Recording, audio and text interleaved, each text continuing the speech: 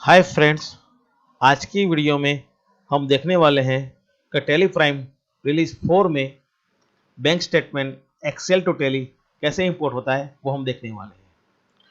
Tally prime 4.0 में यह feature default में टैली ने दे दिया है। इसके लिए आपको कोई भी एड ऑन लेने की ज़रूरत नहीं है।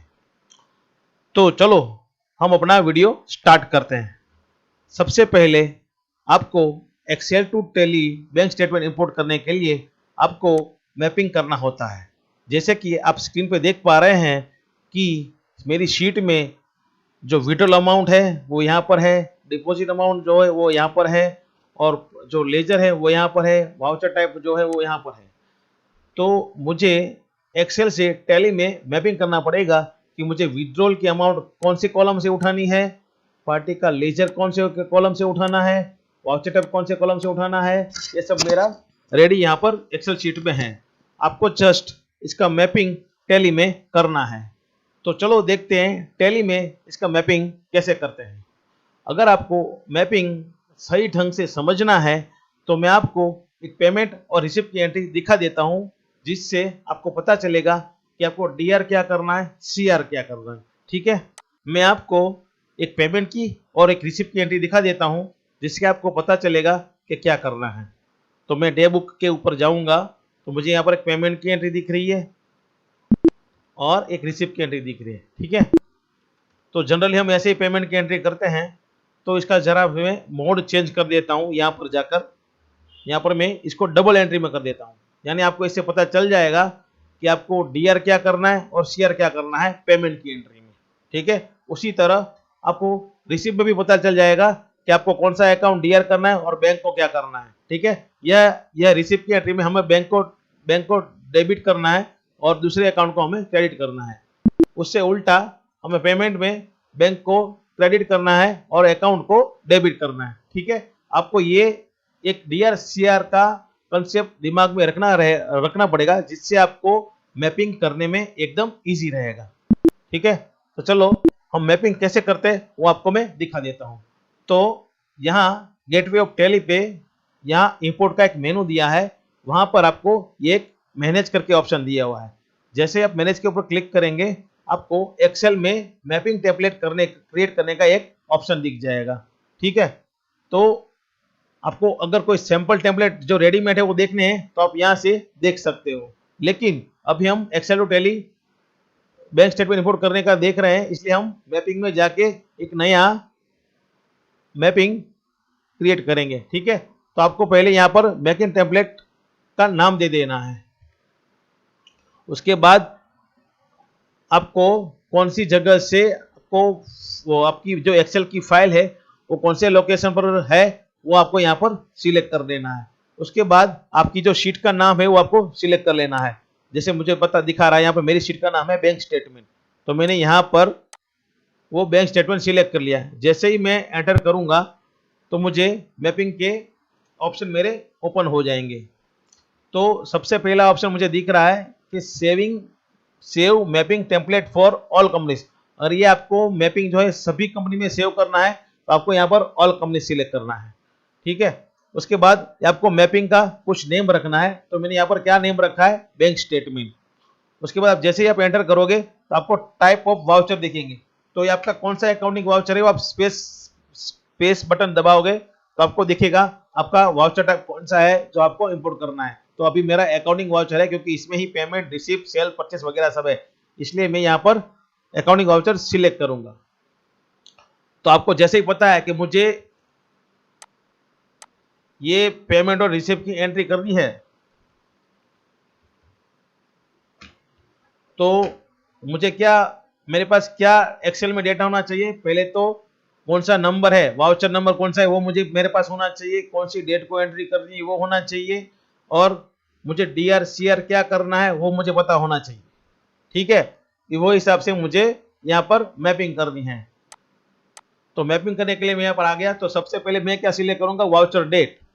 तो एक्सेल शीट में मेरा वाउचर डेट कौन सी कॉलम में है, बी कॉलम में है, तो वो हिसाब से मैं यहाँ पर वाउचर डेट सिलेक्ट करूंगा। ये डिफॉल्ट फील्ड है, आप यहाँ पर वाउचर डेट सिलेक्ट करेंगे तो वाउचर डेट आ जाएगा।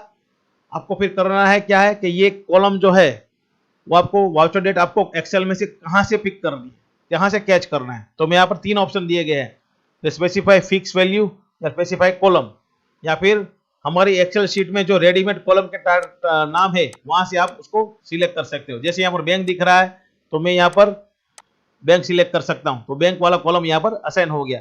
लेकिन मुझे क्या करना है, मुझे कोई वैल्यू फिक्स ही नहीं करना है, मुझे स्पेसिफिक कॉलम का नंबर असाइन करना है।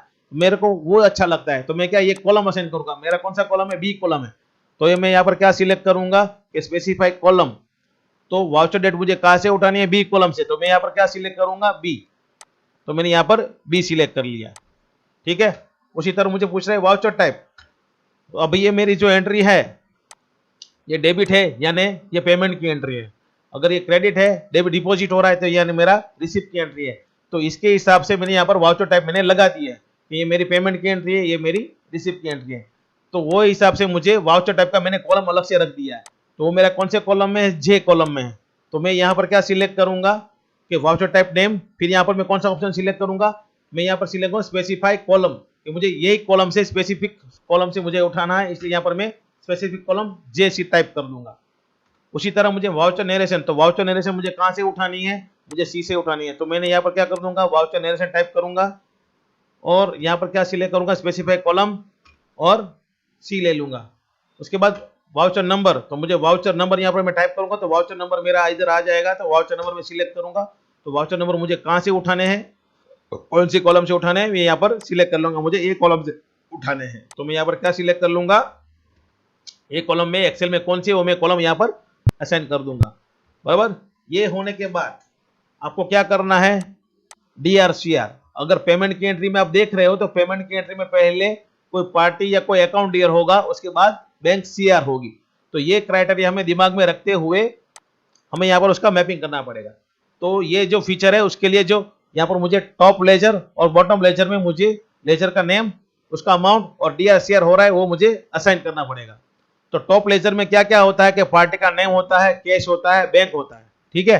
तो अगर ये टॉप लेजर में मुझे यहाँ पर कैश और बैंक क्या सिलेक्ट करना है, इसलिए अपने अपने रिसिप्ट में हमारी जो एंट्री है उसमें क्या है, उसमें बैंक की एंट्री है, ठीक है। इसलिए मुझे क्या करना पड़ेगा यहाँ पर, तो मैं टॉप लेजर सिलेक्ट करूंगा। तो सबसे पहले मुझे टॉप लेजर के लिए मुझे यहाँ पर DR क्या करना है और CR क्या करना है, वो हिसाब से मैं दोनों असाइन करूंगा। तो सबसे पहले मैंने यहाँ पर CR करना है, तो CR क्या हो रहा है, बैंक हो रही है।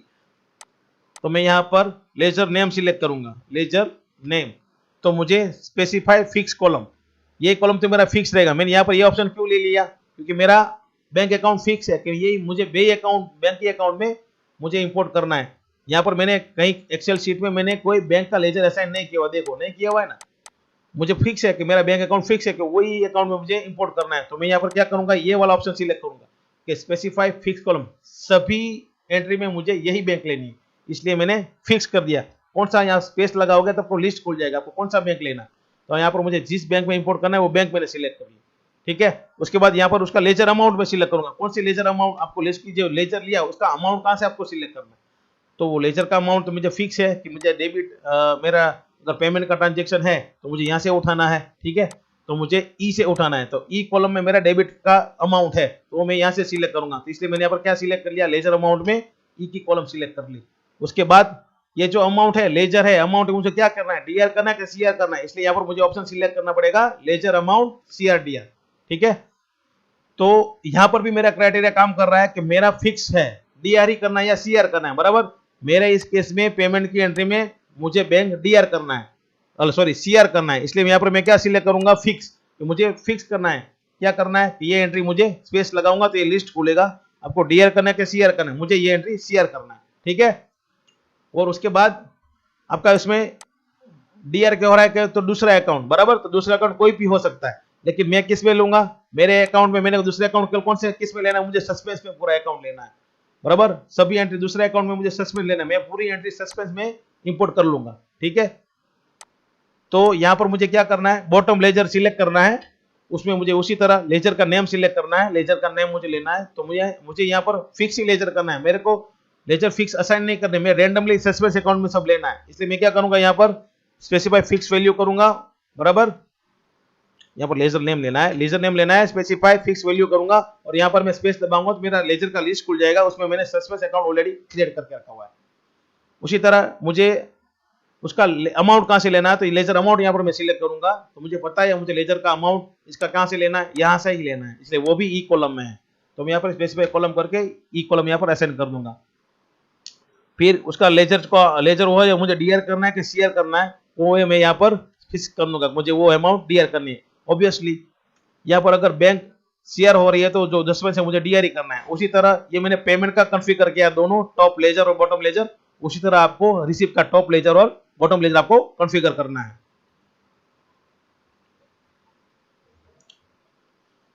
बराबर। उसके बाद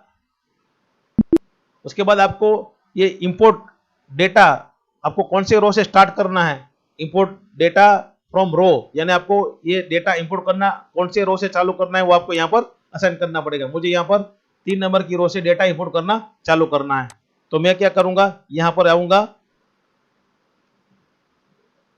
यहाँ पर माउस से क्लिक कर दे, यहाँ पर मुझे लिखना पड़ेगा कि मुझे 3 नंबर की रो से इंपोर्ट करना चालू करना है। ठीक है, फिर मैं ये मैपिंग सेव कर लूंगा। ठीक है, अब देख सकते हैं कि इंपोर्ट में जाकर मैनेज में जाकर अब यहाँ पर देख सकते हैं अल्टर में जाके, देखिए बैंक स्टेटमेंट मैंने नाम दिया था, तो बैंक स्टेटमेंट का मेरा जो मैपिंग है वो अभी सेम रहेगा, मुझे बार बार चेंज करने की जरूरत नहीं है, मुझे खाली फाइल का पाथ ही चेंज करना है और ये बैंक स्टेटमेंट का मैपिंग मुझे सिलेक्ट करना है।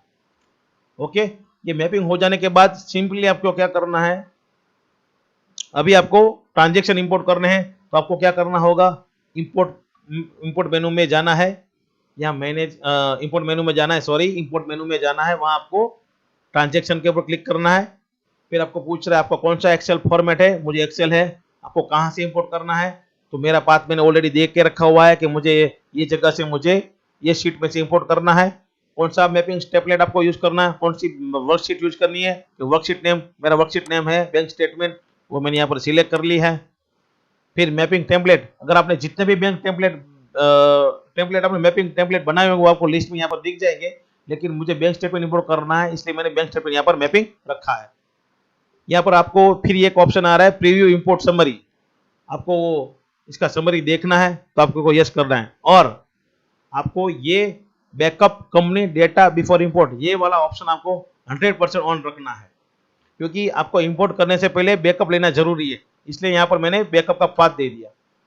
ठीक है, फिर देखो जैसे मैंने वो ऑप्शन रखा था कि मुझे प्रीव्यू देखना है, तो आपको यहाँ पर प्रीव्यू दिखाई दे रहा है, तो मैं क्या करूंगा, दोनों को स्पेस लगाकर सिलेक्ट करके, अगर आपका कुछ सब रेडी है तो मैं यहाँ पर इंपोर्ट कर दूंगा। तो ये देखो पहले बैकअप पूछ रहा है, मुझे बैकअप लेना है, यस हो गया। जैसे ये इंपोर्ट कंप्लीटेड सक्सेसफुली ये मैसेज आ गया, उसका मतलब कि आपका इंपोर्ट सक्सेसफुली हो गया है। तो चलो देखते हैं हमारा इंपोर्ट सक्सेसफुल हुआ है कि नहीं, तो मैं देख लेते कहाँ से देखिएगा, तो मैं डिस्प्ले अकाउंट बुक लेजर, मैंने जिस अकाउंट में लिया था वो लेजर यहाँ पर मैं देख लूंगा, सस्पेंस, तो यहाँ पर पीरियड लगाऊंगा अप्रैल 21 से मार्च 24, तो देखिए सभी एंट्री मेरी आ चुकी है इधर। ठीक है, ये देखो मेरी सभी एंट्री यहाँ पर इंपोर्ट हो चुकी है, देखिए सस्पेंड टू बैंक, रिसिप्ट की एंट्री, पेमेंट की एंट्री सब आ रही है मेरी, देखो। ठीक है, तो ये फीचर से आप किसी भी बैंक का आप स्टेटमेंट इंपोर्ट कर सकते हो। अभी मैं आपको एक और फीचर बता देता हूं कि आपने सभी एंट्री आपने सस्पेंस में तो ले ली, अभी आपको एक और काम हो जाएगा कि सस्पेंस क्लियर करने का काम आपका बढ़ जाएगा, या आपको सस्पेंस क्लियर करनी पड़ेगी, तो उसके लिए भी मैंने एक एड ऑन ऐड की है, F1 TDN add on F4, ये मैंने दोनों एक एड ऑन ऐड किया है, जिससे आप सस्पेंस अकाउंट तो इजीली आप क्लियर कर सकते हो। कैसे करते हैं चलो देखते हैं। ये जैसे ही आप वो TDL अपलोड करोगे, आपको यहाँ पर बैंक स्टेटमेंट क्लियरेंस का ऑप्शन आ जाएगा, आपको जिस भी अकाउंट को आपको क्लियर करना है वो आपको सिलेक्ट करना है। ठीक है, फिर यहाँ पर आपको 2 ऑप्शन दिख जाएंगे, नरेशन फिल्टर और रिप्लेस लेजर। तो सबसे पहले मुझे नरेशन देखनी है कि ये सेम नरेशन वाले ऑप्शन यहाँ पर मुझे दिख रहे हैं, देखिए। ठीक है, तो मैं क्या करूंगा, यहां पर पहले फिल्टर लगाऊंगा कि मुझे पेड टू ब्रदर वाले ट्रांजेक्शन ही दिखे। तो मुझे वही ट्रांजेक्शन खाली दिखेंगे क्योंकि मैंने यहाँ पर उसका फिल्टर लगाया। अभी मुझे क्या करना है, सिलेक्ट करके सभी एंट्री को सिलेक्ट करके मुझे रिप्लेस लेजर करना है। तो लेजर मुझे रिप्लेस करना है, इसलिए यहाँ पर मैं लेजर सिलेक्ट कर लूंगा। वो अब हमें यहाँ पूछ रहा है कि select ledger to be replace, कौन सा लेजर आपको रिप्लेस करना है वो आप यहाँ पर सिलेक्ट कर लो, और कौन से लेजर में आपको उसको ले जाना है वो आप यहाँ पर सिलेक्ट कर लो। मुझे ये लेजर में उसको वो सब एंट्री कन्वर्ट करनी है। फिर मैं एंटर लगाऊंगा, यस, देखिए प्रोसेस कंप्लीटेड। तो मेरा ये जो जो जो 4 एंट्री था वो मेरा सस्पेंस से निकल के फियोना फैब्रिक्स में चला गया है, देखिए, ठीक है। तो इसमें एक्सेल टू टैली का है जो डिफॉल्ट फीचर है, लेकिन ये सस्पेंस क्लियर करने का जो फीचर है वो एड ऑन के थ्रू है। तो आपको वो चाहिए तो आप हमें कॉल कर सकते हैं, हम आपको वो प्रोवाइड करेंगे। अगर आपको हमारा ये वीडियो सॉल्यूशन बेस्ड लगा हो, अगर आपको अच्छा लगा हो तो लाइक कीजिए, शेयर कीजिए और सब्सक्राइब करिए।